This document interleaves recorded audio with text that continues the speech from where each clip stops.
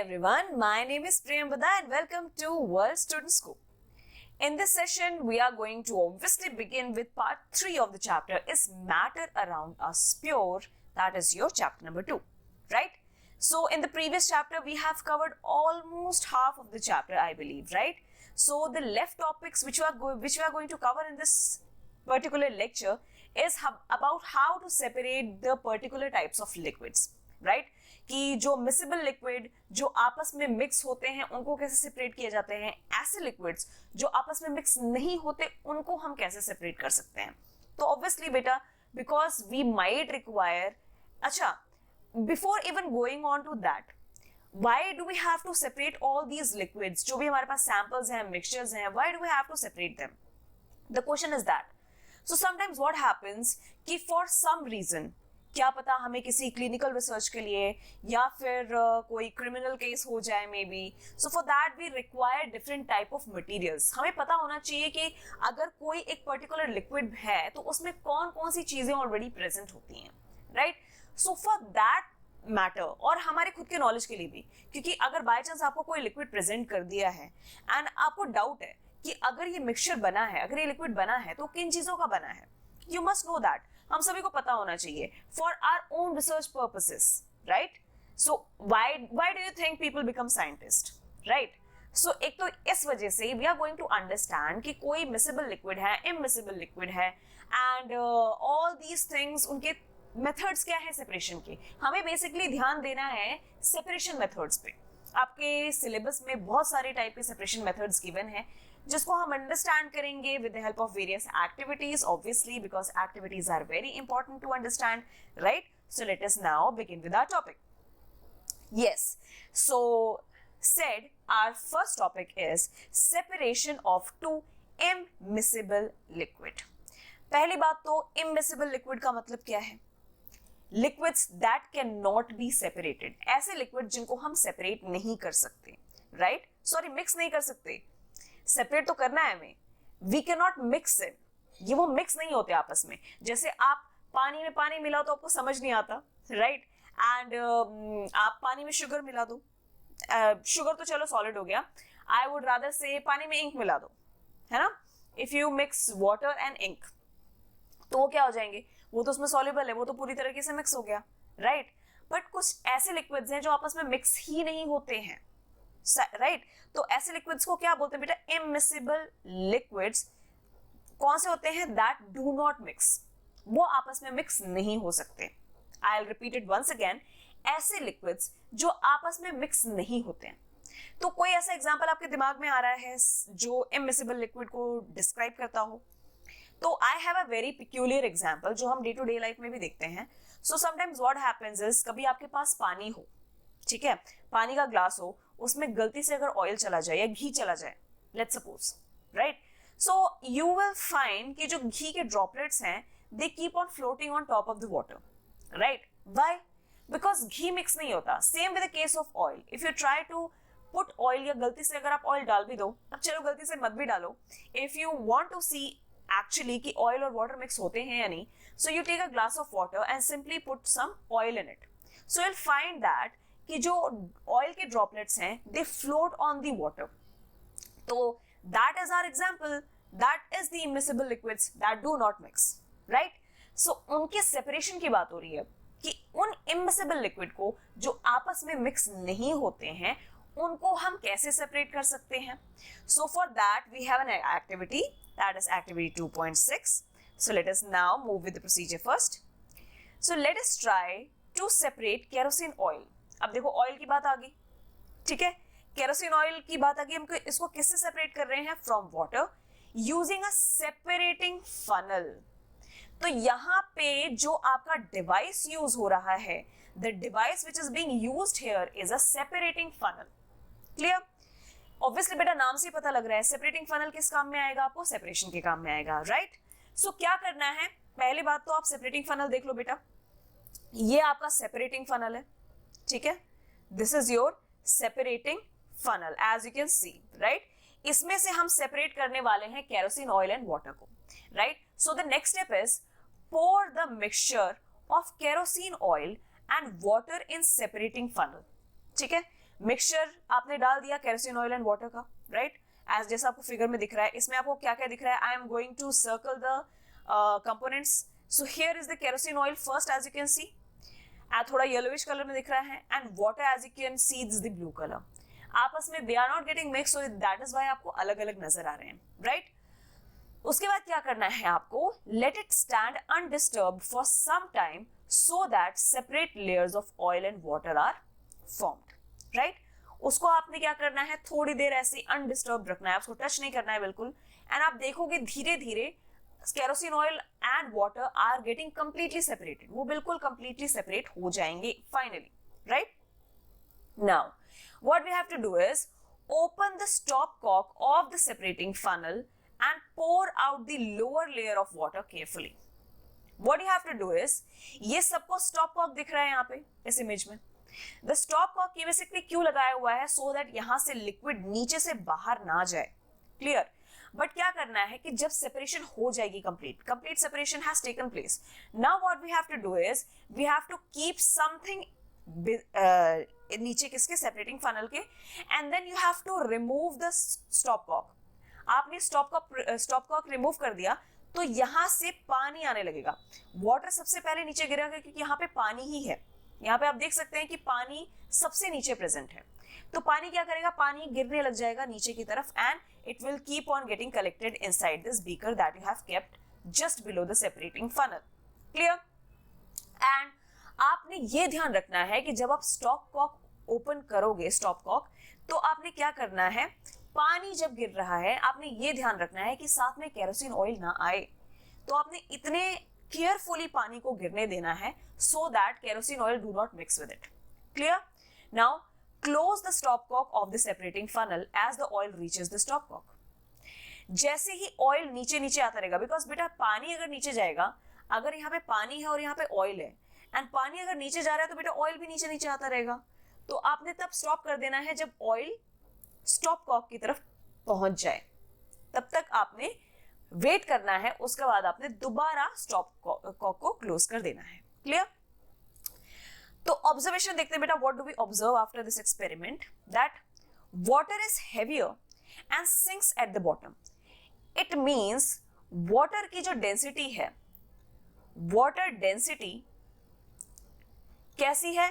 मोर, ज्यादा है. And oil की डेंसिटी क्या है? ऑयल डेंसिटी कैसी है? लेस है, कम है. तो टेक्निकली ये होना चाहिए कि अगर वाटर की डेंसिटी ज्यादा है, वाटर ज्यादा भारी है, तो वाटर नीचे चला जाएगा, एंड ऑयल अगर हल्का है तो ऑयल ऊपर आ जाएगा. Are we getting? हम क्यों कर पाए ये mixture? And the only reason oil is not able to mix with the water is that only कि water की density, उसकी properties is totally different from the water, right? And water से different होने की वजह से वो पानी में mix नहीं होता, and क्योंकि पानी से हल्का है तो पानी के ऊपर float करने लग जाता है, clear? तो यहाँ पे भी लिखा हुआ है water is heavier and sinks at the bottom. Now when we open the stop cock, the water separates out from the kerosene. And separating funnel से हम क्या सेपरेट कर पाए कि अगर बाय चांस वाटर और ऑयल मिक्स भी कर गए तो भी हम वाटर तो सेपरेट कर पाए. क्यों? क्योंकि ऑयल के जितने भी ड्रॉपलेट्स थे they all started floating on top of the water, and आपने जब स्टॉप कॉक खोला तो धीरे धीरे पानी नीचे गिर गया एंड ऑयल ऊपर रह गया. So that is how we are separating oil from water with the help of separating funnel. Are we clear till here? Now let us move forward. So explanation क्या है इसकी? एक्सप्लेनेशन ये है, an immiscible liquid is a mixture of two or more liquids.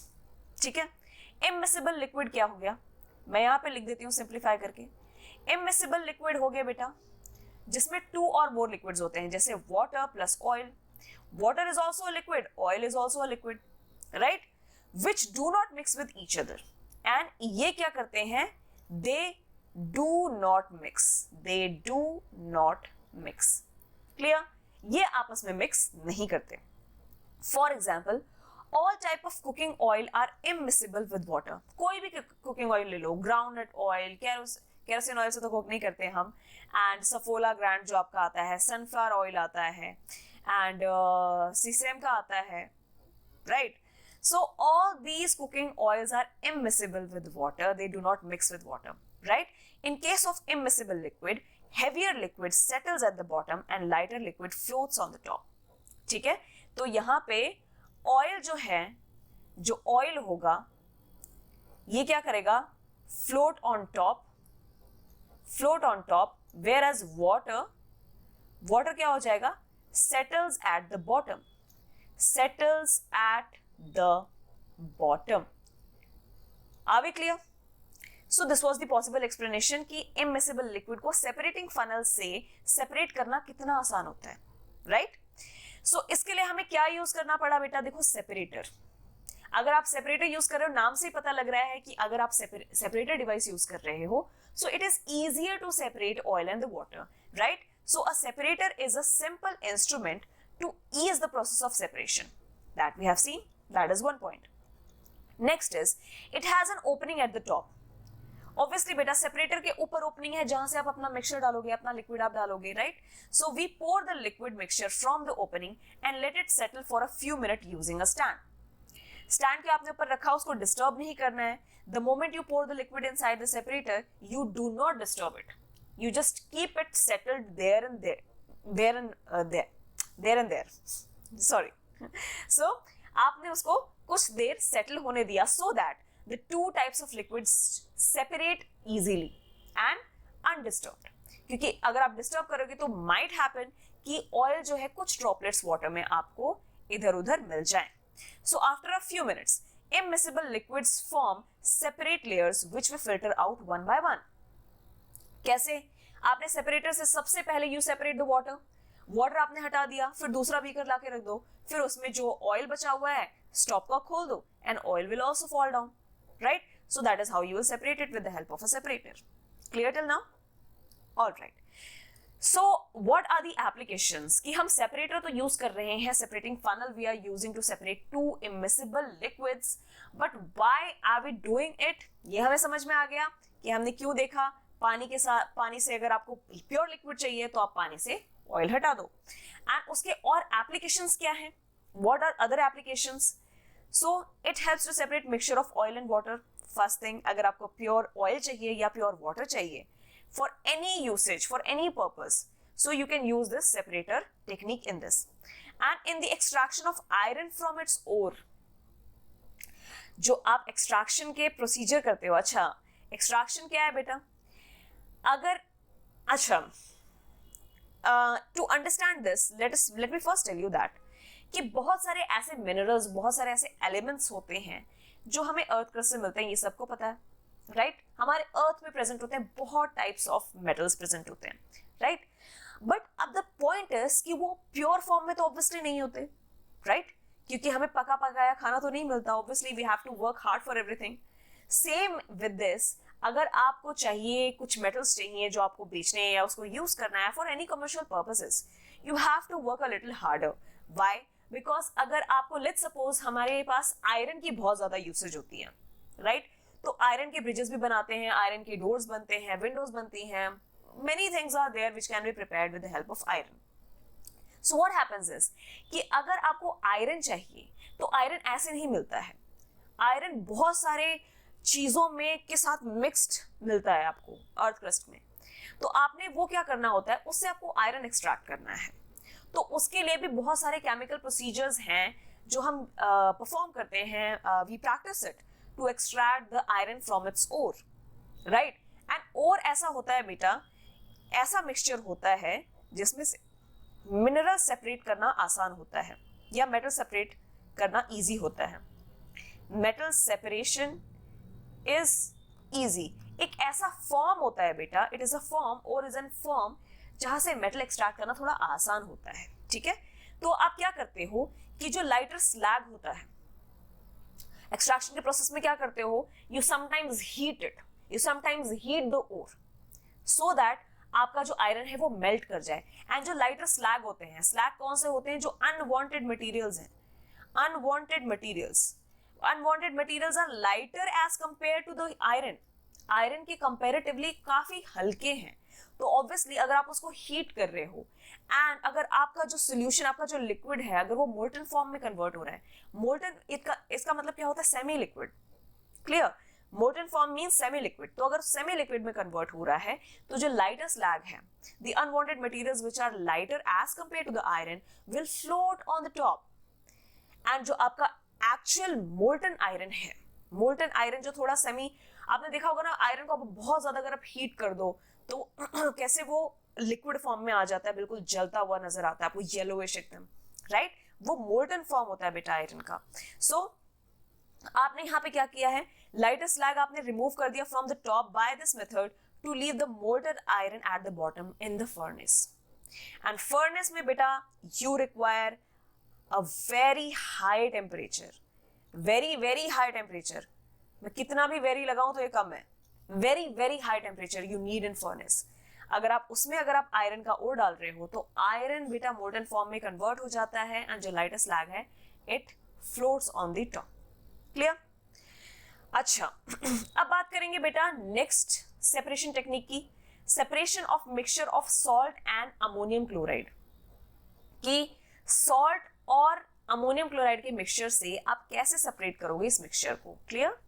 तो इसके लिए बेटा जो सबसे बेस्ट टेक्निक होती है, the best thing that you use here is the process of sublimation, is the process of sublimation. ये जो बेटा डेफिनेशन है ये बहुत ही इंपॉर्टेंट है, आपको पेपर्स में पूछी जाती है। तो बेटा सब्लिमेशन बेसिकली होता क्या है जिससे हम इसको सेपरेट कर रहे हैं, तो sublimation is the transition of a substance from a solid phase two gaseous phase without changing into its liquid phase. Clear? But sublimation का मतलब मैं आपको मतलब पहले समझा देती हूं कि सब्लिमेशन बेसिकली क्या होता है, ट्रांजिशन होता है। अब जैसे हमारे पास स्टेट्स ऑफ मैटर की अगर हम बात करते हैं तो हमारे पास स्टेट्स ऑफ मैटर कौन कौन से होते हैं, we have solid, we have liquid as a state of matter, and we have gas as a state of matter, right. तो जनरली होता क्या है, अगर स्टेट्स ऑफ मैटर कन्वर्जन होनी होती है, ट्रांजिशन होनी होती है, तो सॉलिड से पहले क्या कन्वर्ट होता है, लिक्विड, फिर लिक्विड से क्या कन्वर्ट होता है, gas. Same goes with the opposite direction, अगर वाइस वर्सा करो तो gas to liquid and liquid to solid, right. ये कन्वर्जन ये हमें पता है, ये हमें समझ में आती है ये conversion, we know how these things happen जब स्टेट्स ऑफ मैटर हम देखते हैं तो, राइट। बट सब्लिमेशन प्रोसेस बेटा क्या होता है कि सॉलिड से डायरेक्ट गैस बनती है without undergoing liquid, liquid process में नहीं जाती है, तो इस प्रोसेस को क्या बोलते हैं बेटा, this process is called as sublimation, जहां पे solid is directly converted into gas without changing or converting into the liquid phase. Clear? इस प्रोसेस को बोलते हैं sublimation. And for this process to take place, इस प्रोसेस के लिए आपको कुछ ऐसे कंपोनेंट्स चाहिए जो आपको पता है जो sublime हो, the components that should be sublime, जो इतने volatile हो, जो आराम से उड़ सके, मीन्स उनको लिक्विड में कन्वर्ट होने की जरूरत नहीं, आपको ऐसे कुछ सब्सटेंस चाहिए। अगर आपके पास ऐसे सब्सटेंस अवेलेबल हैं, then only the process of sublimation can take place. ये बात आप समझो, ठीक है। तो हम उन्हीं कंपोनेंट्स के लिए यूज करेंगे जो सबलाइम कंपोनेंट्स होंगे जिसमें सब्लिमेशन पॉसिबल होती है। Clear till here? तो इसके एग्जांपल्स देख लेते हैं बेटा। सब examples of solids which sublime are ammonium chloride. अब अमोनियम क्लोराइड देखो हमें सेपरेट तो करना था सॉल्ट एंड उसके साथ, राइट। कैम्फर हो गया, नैफ्थलीन हो गया, एंथ्रासीन हो गया। Now look at this picture, आपके पास किसकी सेपरेशन आपसे पूछी है, salt and ammonium chloride, salt plus ammonium chloride की सेपरेशन हमें पूछी है, ammonium chloride.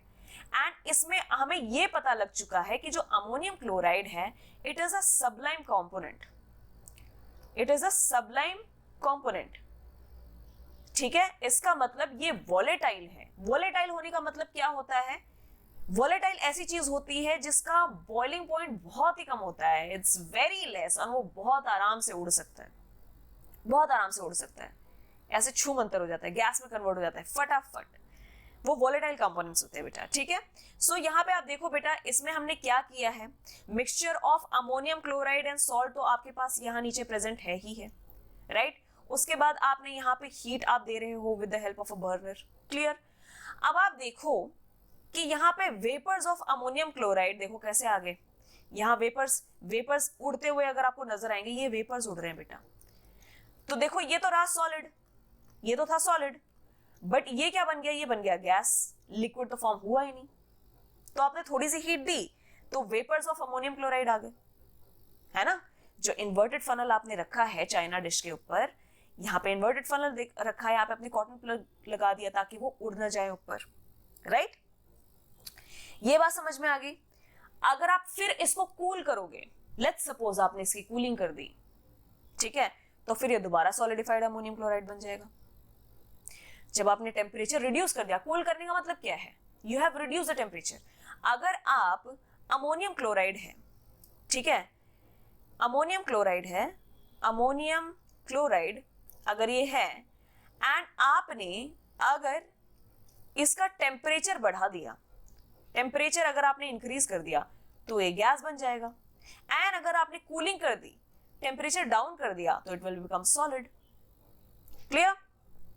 Alright, next process की बात करते हैं बेटा। Next process is chromatography. Chromatography understand करना बहुत आसान है, ये एक्सपेरिमेंट परफॉर्म करना भी बहुत आसान है, ठीक है। तो उससे पहले अभी तक हम ये देख लेते हैं कि हमने क्या क्या समझा है। वी अंडरस्टूड सेपरेटिंग फनल, आपने समझा separating funnel, clear, separating funnel हो गया हमारा। उसके बाद हमने समझा और क्या, सब्लिमेशन देख लिया हमने, सब्लिमेशन आपको समझ में आ गया, ठीक है। अब हम बात करने वाले हैं क्रोमेटोग्राफी की, ठीक है। तो उसके लिए बेटा हमारे पास एक एक्टिविटी है, एक्टिविटी करते हैं बेटा, प्रोसीजर स्टार्ट करते हैं। सबसे पहले take a thin strip of filter paper, filter paper ले लो, ठीक है, ये आपने ले लिया स्ट्रिप ऑफ फिल्टर पेपर, जहां मैंने अनसर्कल कर दिया है इमेज में। Now draw a line on it using a pencil approximately 3 centimetre above the lower edge. ये आपने 3 सेंटीमीटर अबव पेंसिल से ड्रॉ कर दिया, 3 सेंटीमीटर अबव, राइट, एज जो आपको फिगर में नजर आ रहा है। Now put a small drop of ink, water soluble, that is from a sketch pen or fountain pen. आपने कोई पेन ले लिया, फाउंटेन पेन ले लिया, चाहे आपने इंक पेन ले लिया या स्केच पेन ले लिया, उससे आपने क्या कर दिया, एक स्पॉट लगा दिया at centre of the line. ये देखो हमने यहाँ पे स्पॉट लगा दिया है सेंटर ऑफ द लाइन में, जहां मैंने मार्क किया है, ये स्पॉट ऑफ इंक जहां पे दिख रहा है, एनसर्कल जहां मैंने किया है, ठीक है। एंड लेट इट ड्राई, उसको ड्राई होने के लिए छोड़ दो। इतना काम हमने फिल्टर पेपर पे किया है। ये सब काम हमने, एक स्ट्रिप ऑफ फिल्टर पेपर लिया, लाइन ड्रॉ की 3 सेंटीमीटर अबव एंड फिर स्पॉट ऑफ इंक लगा दिया, राइट। अब क्या करना है, इस फिल्टर पेपर को आपको लेके जाना है towards the glass beaker. So now क्या करना है, lower the filter paper into jar और ग्लास और बीकर या फिर test tube containing water so that a drop of ink on the paper is just above the water level. आपने क्या करना है, फिल्टर पेपर आपने डालना है, जार लिया है चाहे टेस्ट ट्यूब लिया है, whatever you have taken, you just have to put the filter paper inside it and उतना आपका ऊपर होना चाहिए इंक कि वो पानी में ना डूबे। You just have to make sure. Let's suppose मैंने ये टेस्ट ट्यूब लिया है, टेस्ट ट्यूब में मैंने फिल्टर पेपर डाल दिया है, ये मैंने फिल्टर पेपर डाल दिया इसमें, जहां पे मैंने लाइन ड्रॉ की थी एंड मैंने इंक के यहाँ पे स्पॉट लगा दिया। अब पानी मेरा यहाँ होना चाहिए ताकि मेरा इंक ऊपर रहे, अब वो पानी में नहीं डूबना चाहिए। आप क्लियर? अब आपने फिर इसको थोड़ी देर के लिए छोड़ देना है। What will happen now? So observation के हिसाब से the dye moves upwards and separates into different colors. तो बेसिकली हुआ क्या इस एक्सपेरिमेंट में, ये बीकर मैंने लगाया, ये मेरा फिल्टर पेपर था, ठीक है, यहां पे मैंने लाइन ड्रॉ की थी, यहां पे मेरा इंक था एंड यहां मेरा पानी था। तो अगर मैंने इसको थोड़ी देर के लिए छोड़ दिया तो व्हाट डिड आई सी, मैंने ये देखा कि जो डाई है वो डाई ऊपर मूव करने लग गई और डिफरेंट कलर्स में सेपरेट हो गई। जैसे ये कलर डिफरेंट आ गया, इधर कलर थोड़ा डिफरेंट आ गया, इधर कलर थोड़ा डिफरेंट आ गया। इस तरीके से डाई जो है वो ऊपर की तरफ मूव करने लग गई, राइट। एंड मैंने देखा कि अरे ये तो डिफरेंट कलर्स आ गए। फिल्टर पेपर पे पहले मैंने तो इंक डाला था simple, I have put a simple ink, अब ये डिफरेंट कलर्स कैसे आ गए, राइट। सो एक्सप्लेनेशन क्या है बेटा इस चीज की, an ink dye consist of several colours. तो एक इंक डाई में क्या होता है, ink dye has several colours, it has several colours. इतनी बात क्लियर हो गई। these different dyes have different solubility and they have different solubility. इसका मतलब हर एक कलर की solubility डिफर करती है एक दूसरे से. कोई कलर ज्यादा soluble होगा, कोई कलर जो इंक डाई में प्रेजेंट होगा वो कम soluble होगा, right? So dye with higher solubility in water dissolves quickly. जिसकी solubility ज्यादा होती है वो जल्दी डिसॉल्व हो जाएगा and moves fast with the water. फटाफट डिसॉल्व होके पानी से मूव करने लग जाएगा. तो अब मैं यहां पे आपको बताऊंगी कि क्रोमेटोग्राफी होती क्या है. ये मैंने डाल दिया है, ठीक है, फिल्टर पेपर डाल दिया है मैंने टेस्ट ट्यूब के अंदर, राइट? अब बेसिकली क्रोमेटोग्राफी में क्या होता है कि जो पानी होता है, पानी क्या करता है, ये इस फिल्टर पेपर की हेल्प से ऊपर ऊपर को मूव करता रहता है. पानी ऊपर मूव कर रहा है फिल्टर पेपर की हेल्प से, ठीक है.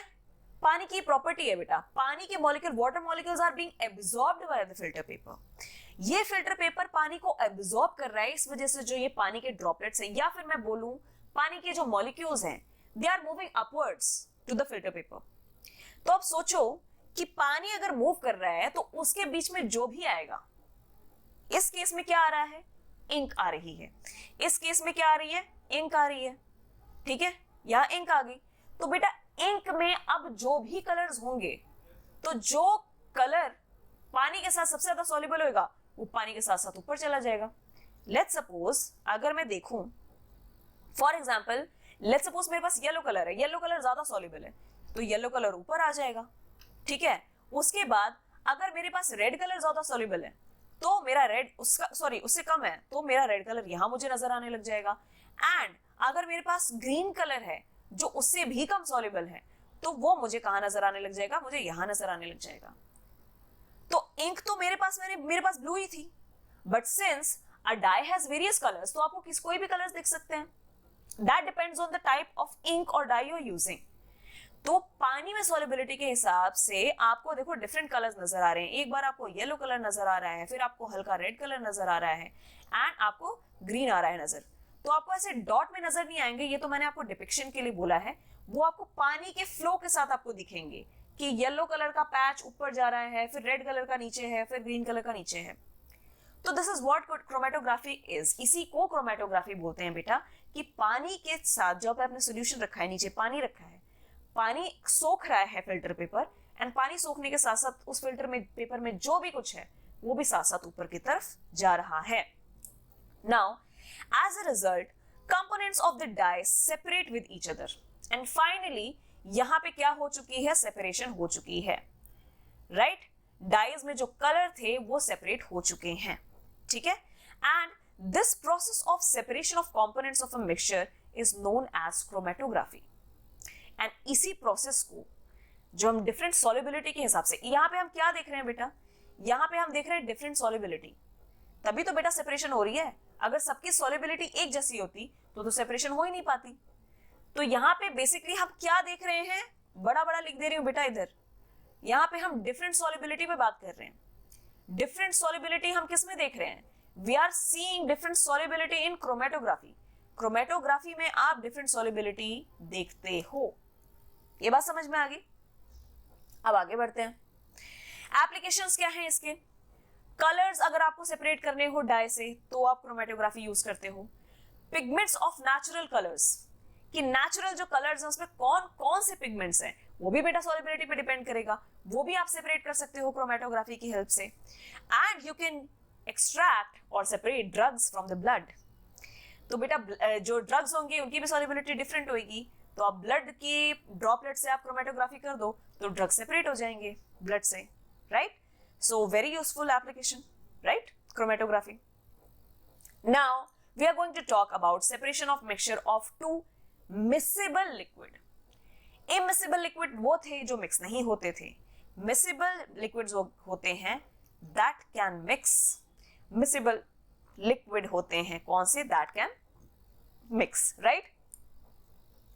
इस separation को समझने के लिए we are going to perform activity 2.8. Procedure देखते हैं.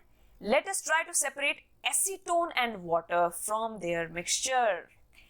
तो बेटा acetone plus water ये पहली बात तो आप समझ लो कि ये आपस में मिक्स होते हैं, मिक्स्ड। इनका कलर क्या होता है? They look transparent. आपको कैसे पता लगेगा कि इसमें एसीटोन कौन सा है और वाटर कौन सा है? राइट? तो ये जो एसीटोन और वाटर है, ये दो मिसेबल लिक्विड हैं जो ये मिक्स करते हैं, आपको ट्रांसपेरेंट दिखते हैं। उसमें आपको देख के नहीं पता लगेगा कि कौन सा एसीटोन है और कौन सा वाटर है। क्लियर? तो उसके सेपरेशन के लिए we have a particular procedure. Let us find out what. So yes, take the mixture in a distillation flask. Miscible liquid के लिए आप क्या यूज कर रहे हो? सेपरेटिंग फनल हमने यूज किया था बेटा, किसके लिए? सेपरेटिंग फनल हमने यूज किया था इमिसिबल लिक्विड के लिए। डिस्टिलेशन फ्लास्क हम यूज कर रहे हैं किसके लिए? टू मिसेबल लिक्विड्स के लिए। ठीक है? And fit it with a thermometer. यहां पे आपने थर्मामीटर भी लगा दिया है। Clear? Now arrange the apparatus as shown in figure 2.9। ये हमने देखो apparatus बना दिया है। apparatus में हमने क्या क्या लिया है? We have taken clamp, we have taken distillation flask। ये जो आपको सर्कुलर फ्लास्क दिख रहा है इसको बोलते हैं डिस्टिलेशन फ्लास्क। इसमें आपने थर्मामीटर लगाया है, फिर आपने एक आउटलेट भी आपने इसके साथ अटैच किया जिसमें वाटर आउटलेट है, क्लैंप है, वाटर कंडेंसर भी है, और आपने इसमें क्या डाला हुआ है? Mixture of acetone and water. Cold water का इनलेट है। Clear? Now, take the mixture in a distillation flask fitted with the thermometer। आपने मिक्सचर क्या कर दिया है? वो डिस्टिलेशन फ्लास्क में डाल दिया है। किसका मिक्सचर? एसीटोन प्लस वाटर का। तो आपने डिस्टिलेशन फ्लास्क में क्या डाला है? एसीटोन प्लस वाटर, ये आपने डाल दिया है। ठीक है? Now arrange the apparatus as shown in figure, जो भी है हमने 2.9 देख लिया। Now heat the mixture slowly keeping close watch at the thermometer. अब आपने हीट देना है, इसको हीट करना स्टार्ट कर दिया आपने इस मिक्सचर को, एसीटोन प्लस वाटर को। तो अब यहां पे कैसे हो रही है, कैसे सेपरेशन हो रही है, वो डिपेंड करेगी बेटा प्रॉपर्टीज। किसकी? Properties of acetone and water. Properties of acetone and water, इस पे बेटा this will depend totally. Clear? तो इस केस में क्या हो रहा है? एसीटोन वेपराइजेस, एसीटोन वेपराइज हो जाता है, वेपर में कन्वर्ट हो गया। तो मतलब मैं कह सकती हूं कि यहां पे वेपर्स आ चुके हैं, vapours of acetone, vapours of acetone. लेकिन ये तो वेपर आए हैं, हमें लिक्विड में कैसे मिलेंगे ये? How can we take the liquid out of the vapours? Gas को हम लिक्विड में कैसे कन्वर्ट करें? तो यहां देख रहे हो बेटा ये क्या वर्ड लिखा हुआ है यहाँ पे? Cold water in. इमेज में देखो कोल्ड वाटर इन लिखा हुआ है। तो बेटा हम कोल्ड वाटर क्यों डाल रहे हैं? हम इनलेट क्यों दे रहे हैं? हम सरफेस को कोल्ड क्यों बनाना चाहते हैं? जो आउटलेट आपको नजर आ रहा है उसको हम कोल्ड क्यों बनाना चाहते हैं?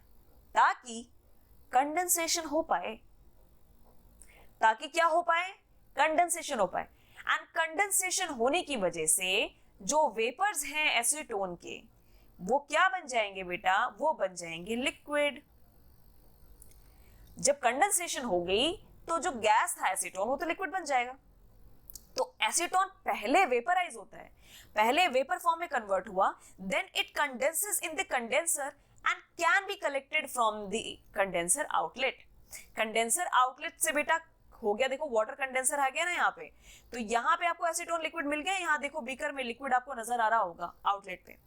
ठीक है? And water is left behind the distillation flask, और पानी पीछे रह गया। यहां आपका पानी रह गया, यहां वाटर रह गया अकेला, और इधर आपको एसीटोन मिल गया नीचे। राइट? तो ये हम किसकी हेल्प से कर रहे हैं बेटा? This we are performing it with the help of a distillation flask. Distillation flask की हेल्प से कर रहे हैं हम। ऑब्जर्वेशन क्या हमारे पास है बेटा? Acetone is a volatile liquid. ठीक है? which can vaporize due to its low boiling point। अपने लो बॉइलिंग पॉइंट की वजह से ये वेपराइज हो जाता है। ऐसे लिक्विड्स को हम वॉलेटाइल लिक्विड्स बोलते हैं बेटा। तो उसमें एसीटोन आता ही आता है। ठीक है? अच्छा, एसीटोन और आपने कहा देखा होगा? आई बिलीव गर्ल्स को ज्यादा पता होगा। and some of the boys must also be knowing this, that acetone is also found in I think it is found in nail paint remover. तो हम बोलते हैं ना नेल पेंट रिमूवर को ज्यादा देर खोल के मत रखो कि उसमें से उड़ जाता है, लिक्विड उड़ जाता है। वो लिक्विड कौन सा उड़ रहा है बेटा? एसीटोन, ठीक है। So on cooling acetone again converts into its liquid form. Acetone दोबारा कंडेंस करो तो लिक्विड फॉर्म में कन्वर्ट हो जा रहा है, and here we receive pure acetone in the beaker. And इस हिसाब से आपको एसीटोन मिल गया कि पहले गैस था, इस डिस्टिलेशन फ्लास्क से आपको वेपर आया, पहले वेपर, राइट, उसके बाद वो आपने उसको कंडेंस किया तो ये वेपर किस में कन्वर्ट हो गया बेटा? लिक्विड में कन्वर्ट हो गया, आपको लिक्विड एसीटोन मिल गया फाइनली। समझ में आ गया सभी को, राइट? नाउ एक्सप्लेनेशन क्या है इसकी? The distillation is the separation of two or more components from the mixture of a volatile compounds.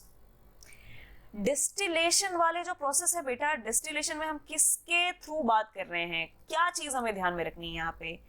Volatile compounds. Volatile compounds यहाँ ध्यान रखना है। एंड वो हम किसके बारे में बात कर रहे हैं? जिनके लो बॉइलिंग पॉइंट्स है। तो यहाँ पे हम लो बॉइलिंग पॉइंट्स देख रहे हैं बेटा डिस्टिलेशन में, ठीक है? लो बॉइलिंग पॉइंट देख रहे हैं। तो ऐसे छोटे छोटे आपने, अगर आपको वर्डिंग्स मिल रही है ना कि आप इसमें क्रोमेटोग्राफी में आप क्या देख रहे हो, सॉल्युबिलिटी देख रहे हो, डिस्टिलेशन में आप क्या देख रहे हो, वॉलेटाइल कंपाउंड्स देख रहे हो, तो ऐसे छोटे छोटे वर्ड्स के नोट्स बना लो ताकि आपको याद रहे कि हाँ अच्छा डिस्टिलेशन में हमने वॉलेटाइल कंपाउंड के हिसाब से देखना था, तो वॉलेटाइल क्या है? एसीटोन है, एसीटोन प्लस वाटर, राइट? इस तरीके से अगर आप छोटे छोटे नोट्स बनाते रहोगे साथ साथ तो आपको आसान रहेगा to understand such kind of topics, right? उसके अलावा बेटा in this method we employ the difference in the boiling point of different compounds as we have discussed. A compound with low boiling point such as acetone evaporates fast and we collect these volatile compounds using condensers. Condensers लगा दो, cool कर दो उसको, cooling water डाल दो, condensation हो जाएगी तो आपको प्योर अपना आपको मिल जाएगा लिक्विड। क्लियर? अब एक और प्रोसेस है बेटा फ्रैक्शनल डिस्टिलेशन जिसको बोलते हैं। फ्रैक्शनल डिस्टिलेशन में हम क्या करते हैं बेटा?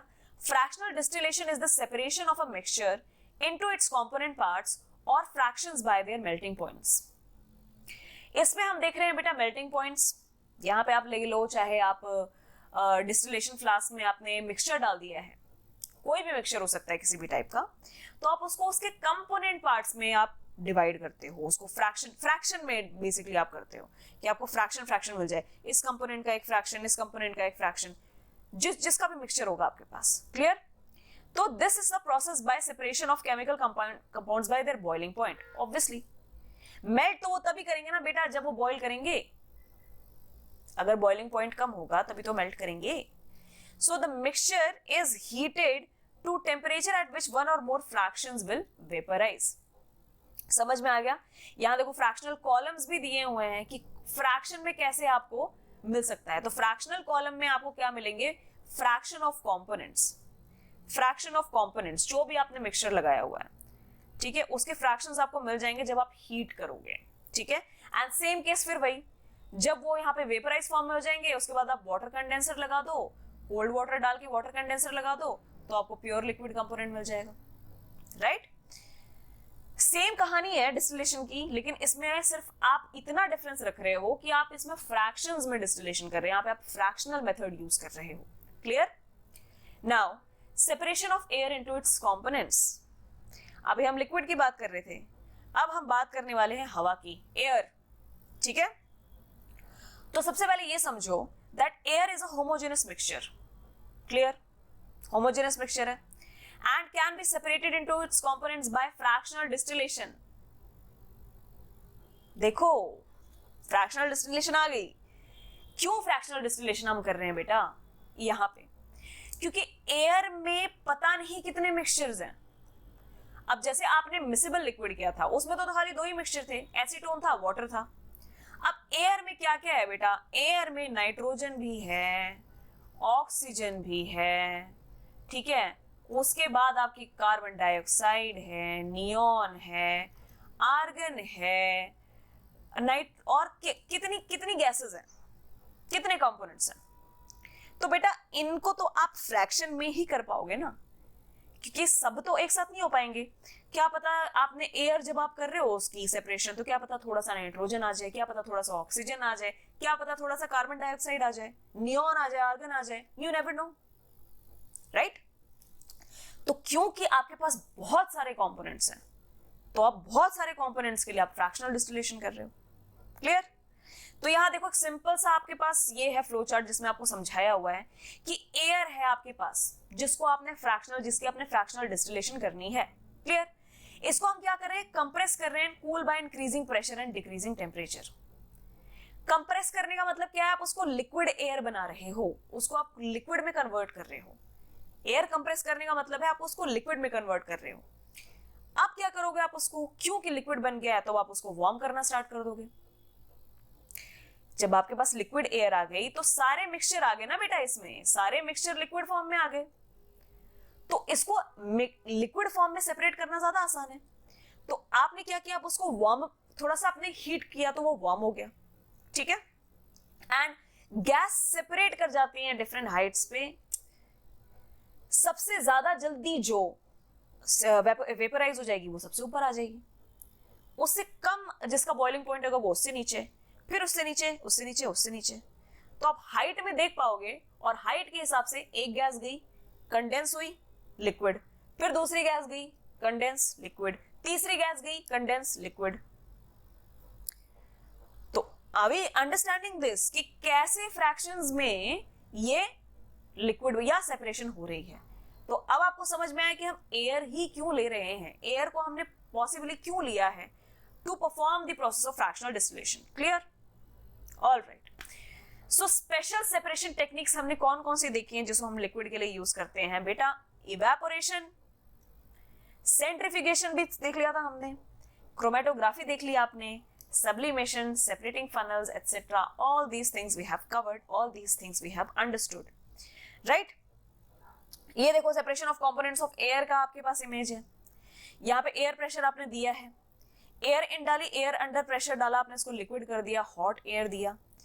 इधर आप क्या दे रहे हो बेटा, फ्रीजिंग कोल्ड वाटर इन, यहाँ नीचे से आप फ्रीजिंग कोल्ड वाटर इन डाल रहे हो। थोड़ा बहुत जो वाटर अगर आपका आउट जाना होगा, पानी का कंपोनेंट होगा तो वो बाहर चला जाएगा। अब आपने यहाँ पे क्या कर दिया है, एयर कंप्रेस होते हुए आ रही है, पहले हॉट आपने एयर कंप्रेस की, ठीक है, उसके बाद आपका क्या आ रहा है, कोल्ड कंप्रेस्ड एयर आ रही है, ठीक है। तो उसके बाद आपने यहाँ पे डाला तो सेपरेटर में डाल दिया। अब कंप्रेशन के बाद जब आपने इसको कोल्ड ट्रीटमेंट दी, या आपने डिफरेंट टेम्परेचर जैसे ही दिया इसको, तो सेपरेटर में जाके देखो carbon dioxide out as a dry ice, carbon dioxide dry ice की तरफ बाहर हो गई, ठीक है, बड़े आराम से, राइट। उसके बाद यहाँ पे लिक्विड एयर फिर आ गई। फिर इस प्रोसेस में जब आपने डाला इसको आगे सेपरेटर में डाला तो नाइट्रोजन एंड आर्गन बाहर चले गए। उसके बाद आपके पास एंड में लिक्विड ऑक्सीजन आ गया। तो आप क्या कर रहे हो, बेसिकली कंप्रेस होकर आपको उसको वार्म कभी कर रहे हो, कभी कूल कर रहे हो, तो अलग अलग टेम्परेचर पे गैसेस बाहर आ रही हैं। इसे कहने का मतलब ये है, यहाँ पे कार्बन डाइऑक्साइड बाहर आ गई, यहाँ पे नाइट्रोजन बाहर आ गई, यहाँ पे आर्गन बाहर आ गई, इधर लिक्विड ऑक्सीजन बाहर आ गया। डिफरेंट टेम्परेचर पे आपका apparatus में आपको डिफरेंट गैसेस बाहर मिल रही हैं, और ये सब किससे आ रही है, एयर से आ रही है। समझ में आया? Fractional distillation. Clear? All right. Now crystallisation. अब आपका एक प्रोसेस आता है क्रिस्टलाइजेशन। क्रिस्टलाइजेशन समझते हैं बेटा, उसके लिए एक्टिविटी है 2.9। प्रोसीजर देखते हैं। Take some impure approximately 5 gram impure sample of copper sulfate in a china dish. Copper sulfate का आप सैंपल ले लो चाइना डिश में, right. Now dissolve it in a minimum amount of water, and copper sulphate जो आपने लिया है sample 5 ग्राम, उसको आपने पानी में डिसॉल्व कर दिया एंड फिल्टर आउट कर दी है impurities. Now what we have to do is evaporate water from the copper sulfate solution so as to get a saturated solution. क्या किया आपने, डिसॉल्व कर दिया उसको, ठीक है, डिसॉल्व कर दिया कॉपर सल्फेट को। अब आपने क्या कर दो, थोड़ी सी हीट दे दो तो पानी इवेपोरेट कर जाएगा। उसके बाद आपके पास क्या बन जाएगा, सैचुरेटेड सॉल्यूशन आ जाएगा। पानी हटा दो तो सैचुरेटेड सॉल्यूशन आ गया ना बेटा, कॉपर सल्फेट सॉल्यूशन आ जाएगा जिसमें से एक्स्ट्रा अमाउंट ऑफ पानी चला जाएगा।